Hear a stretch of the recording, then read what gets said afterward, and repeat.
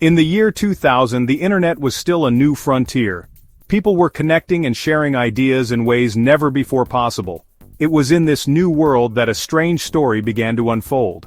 A user appeared on several online forums. He called himself Time_Travel_0 and later, John Titor. He made a claim that was both simple and extraordinary.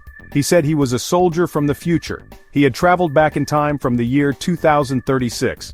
This was not a joke or a game, he insisted. He was on a serious mission sent back to our time for a very specific reason. His messages were calm and detailed. They sparked curiosity and debate across the growing digital landscape. John Titor did not just appear and disappear. For 4 months he answered questions from people all over the world. He shared details about his life, his time machine, and the future he came from. He explained that he was an American soldier based in Tampa, Florida. He described his time travel device, which he said was installed in a 1967 Chevrolet Corvette. This detail seemed almost too strange to be made up. He even shared technical drawings and diagrams of the machine. He spoke about the physics of time travel with a confidence that made people wonder. Was this person truly a visitor from another time, or was he just a very clever storyteller, weaving a tale for a new online audience? The community was divided. Some people believed him completely. They were fascinated by his every word. They saw his detailed posts as proof that he was telling the truth. Why would someone go to such lengths to create a lie? Others were skeptical. They looked for holes in his story. They questioned his science and his motives. But Titor was always ready with an answer. He patiently explained complex ideas about physics and the nature of time. His calm demeanor and consistent story made it difficult to dismiss him entirely. He was not just a voice. He became a puzzle that people desperately wanted to solve. The arrival of John Titor was a unique moment in internet history. It was a time before social media made everything instant and viral. His story grew slowly, passed from one forum to another.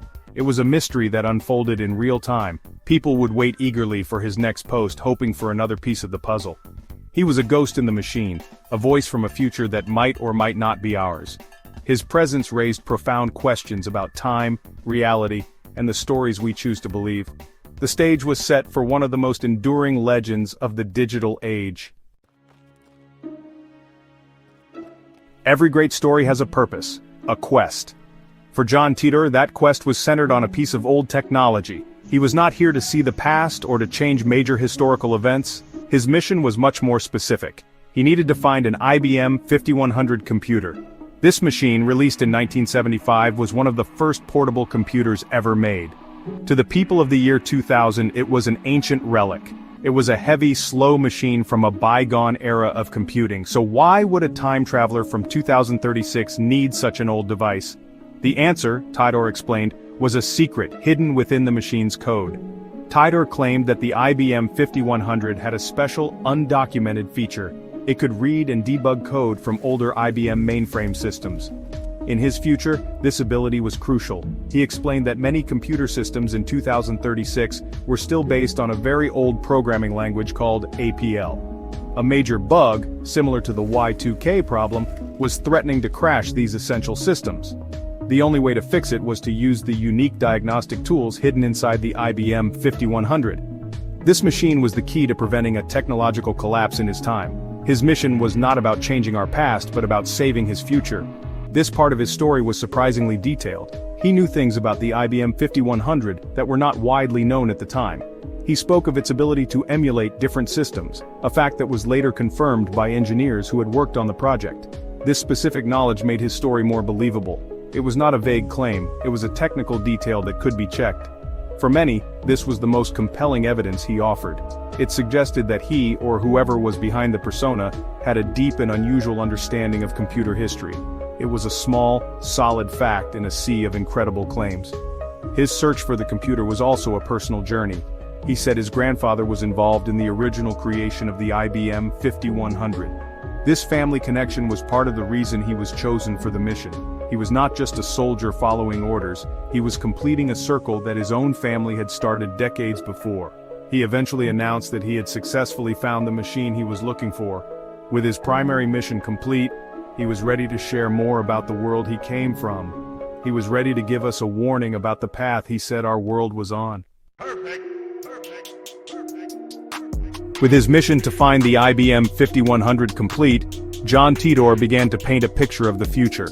It was not a bright and shining utopia. Instead, he described a world recovering from terrible conflict and loss. He told of a coming civil war in the United States.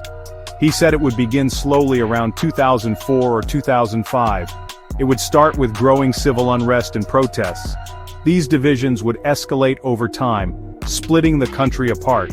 By 2015, he claimed, America would be in the middle of a brutal civil conflict. It would not be a war between the North and the South, but between the cities and the countryside. This civil war, Titor warned, would change America forever. The federal government would collapse. The nation would break into 5 smaller sovereign regions. Life would become decentralized. People would live in smaller, tightly knit communities, focused on survival and self-sufficiency. He described a future where the America we know was just a memory. It was a grim prediction, a world shaped by internal strife and the failure of a great nation to hold itself together. His words were a chilling warning about the dangers of political division and social breakdown. The future he described did not stop with civil war. He spoke of a short but devastating World War III in the year 2015. He said Russia would launch a nuclear attack on the major cities of the United States, China, and Europe. This nuclear exchange would kill nearly 3 billion people worldwide. The world he grew up in was one still rebuilding from this catastrophe. Environmental contamination was a major problem. People had to be careful about the food they ate and the water they drank. His future was a world scarred by humanity's worst impulses, a constant reminder of the price of conflict. Despite the darkness, Titor also spoke of the positive aspects of his time. He said that after the wars, people were closer to their families and communities. The loss of technology and centralized government forced people to rely on each other.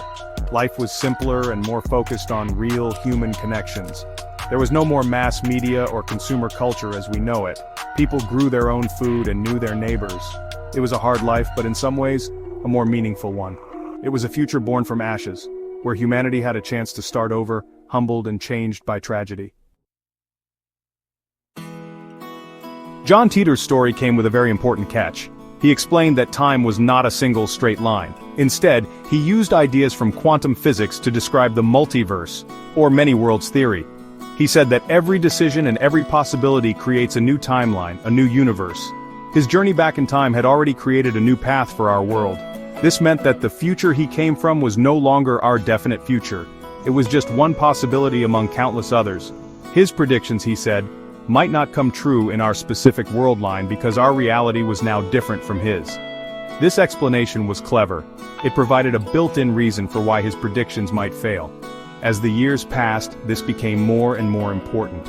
The civil unrest he predicted for 2004 did not lead to a civil war. The year 2015 came and went without a global nuclear conflict. None of his major verifiable prophecies came to pass in our world. For skeptics, this was the final proof they needed. The story was a hoax, a fascinating and well-crafted piece of fiction. The multiverse theory was just a convenient excuse, a way to make the story impossible to disprove. The man from the future, it seemed, was wrong. Over time, investigators have looked into the case. Some believe the story was created by a small group of people, perhaps a family with knowledge of computers and physics. The name John Titor is thought to be a pseudonym, and his true identity has never been discovered. The evidence points towards a cleverly constructed narrative, designed to be engaging and hard to debunk. It was a perfect story for the early internet, a place where anonymity allowed for grand experiments in storytelling. The tale of John Titor is now widely seen as one of the first great internet hoaxes. Yet, even as a hoax, the story of John Titor endures. It continues to fascinate people more than 2 decades later. The legend has inspired books, video games, and countless online discussions. It raises timeless questions about the nature of reality, the future of humanity, and the power of a good story. Whether he was a real-time traveler or a clever writer, John Titor created something memorable. He gave us a glimpse into a possible future, and in doing so, he made us think about our own present. The mystery remains, a whisper from the past about a future that never was, and a legend that will likely never fade away.